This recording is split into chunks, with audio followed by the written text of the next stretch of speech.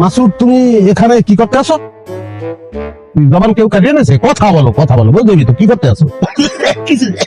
কিছুই করতেছি না ভাই। কিছু করতে আসো না, মুখে ধুলো বাইরে তুগুলা পেটের মধ্যে যাও দেয় কেউ? ধুলে নিলে গাতে কি দেয়? আমি আসি এদিকে, আপনি যান, আমি আসতেছি।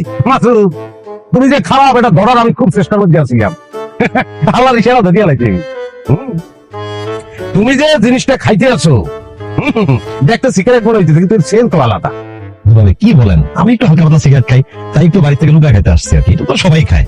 না, এটা স্বাভাবিক, এটা সবাই খাইতে পারে, তাতে আমি মাইন্ডও করতাম না। কিন্তু এই সেন, এই যে গন্ধ আসতেছে, এক কোষ গঞ্জিকার গন্ধ যে পাইতেছে, এটা আউল কথা কেমন? তারা বিয়ের সময় পেতাম, তোমার দেখতেই কইছি যে ছেলের চেহারা দেখতেই বোঝা যায় সে একজন গঞ্জিকা সেবক, 24টা ঘন্টা সে গঞ্জিকা সেবন করে, তোমাকে ফুল ফ্যামিলি ওরালি দিয়ে উঠলা যে না না না, অসম্ভব অসম্ভব, এটা না বলছি। এটা দুলা ভাই, আপনি শুধু শুধু সিগারেটে গাঁজা বলতেছেন। আমি গাঁজা জীবনে খাইনি, চোখে তো দেখি নাই। আপনি এই ছোট জিনিসটা বড় করতেছেন। ছোট জিনিস আমি বড় করবো না কেন? এই যে দুলা ভাই, আপনাকে অনেক সম্মান দেওয়ার চেষ্টা করছে, আপনি আপনার নিজের সম্মান নিজে রাখতে পারলেন না। নিজের মুখে কি বললেন? আপনার অবস্থান তলানিতে গিয়ে ঠেকছে। আপনি কোনো কাজ কাম করেন? বাড়ি সারাদিন বসে থাকেন। আপনি বাড়িতে বসে থাকেন, আপনার অবস্থান উপর উঠবো কিভাবে?